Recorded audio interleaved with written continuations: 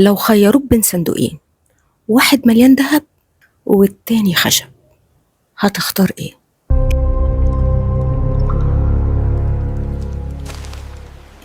استنى، قبل ما تختار اسمع قصة تركة قارون.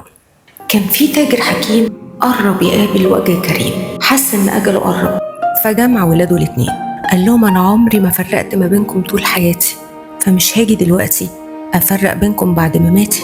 قالوا له بعد الشر عنك يا والدي. قال لهم سيبوني اكمل، وشاور على مخزن المحل وقال لهم هتلاقوا فيه صندوقين، الصندوق الاحمر اوعوا تيجوا جنبه، والصندوق الاسود شيلوه وقت عوزة. وعدت ايام ومات التاجر، ونسي الولدين اللي قالوا ابوهم، ودخلوا يجردوا المخزن وعينيهم وقعت على الصندوقين. وهنا افتكروا كلام ابوهم وراحوا يفتحوا الصندوق الاسود عشان يلاقوه مليان خشب. هنا الاخ الاصغر قعد يضحك وقال بقى كده يا والدي، هو ده اللي هنشيله الوقت عوزة؟ وراحوا جريوا على الصندوق الاحمر.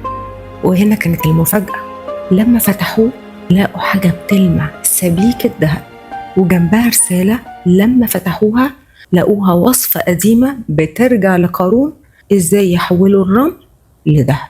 هنا نسيوا كلام أبوهم خالص وجريوا ورا تحقيق الوصفة دي، وفي سبيل محاولاتهم لتحويل الرمل لذهب باعوا اللي وراهم واللي قدامهم، وبعد محاولات طويلة نجحوا في عمل أول سبيكة وسبيكة ورا التانية لحد ما ملوا الصندوق بسبايك الذهب.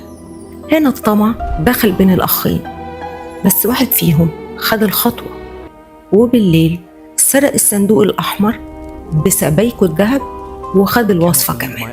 صحي أخوه لقى نفسه لا في صندوق ولا في ذهب ولا في وصفة، وهو على الحميد المجيد، لا بيت ولا مال ولا تجارة. هنا عينه جات على الصندوق الأسود وافتكر كلام أبوه شيلوه الوقت عوزة، ففتح الصندوق ولقى إن ألواح الخشب اللي فيه بترجع لشجر نادر جدا، خشب مضاد للصدمات وللمية كمان. فهنا نطت في باله فكرة، ليه ما يعملش من الألواح دي قارب ويتعلم الصيد؟ وفعلا عمل القارب وتعلم الصيد، ومع الأيام بقى صياد شاطر قوي، لدرجة إن القارب الصغير ده بقى وراه أسطول سفن صيد.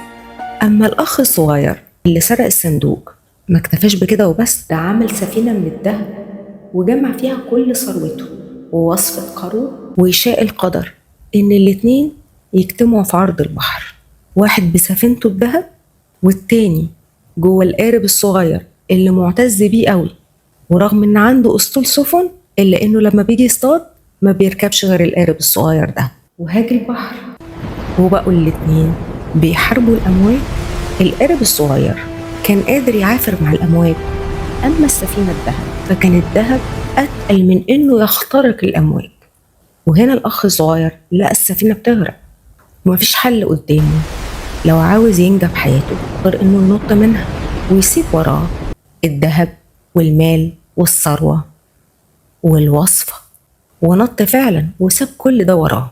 الذهب كان أغلى من الخشب لحد ما جه الغرق. في السوق الذهب أغلى، لكن في البحر الخشب هو الذهب. استنوني في قصة جديدة من أما قصة عبرة بصحيح على باب الحقيقة. سلام.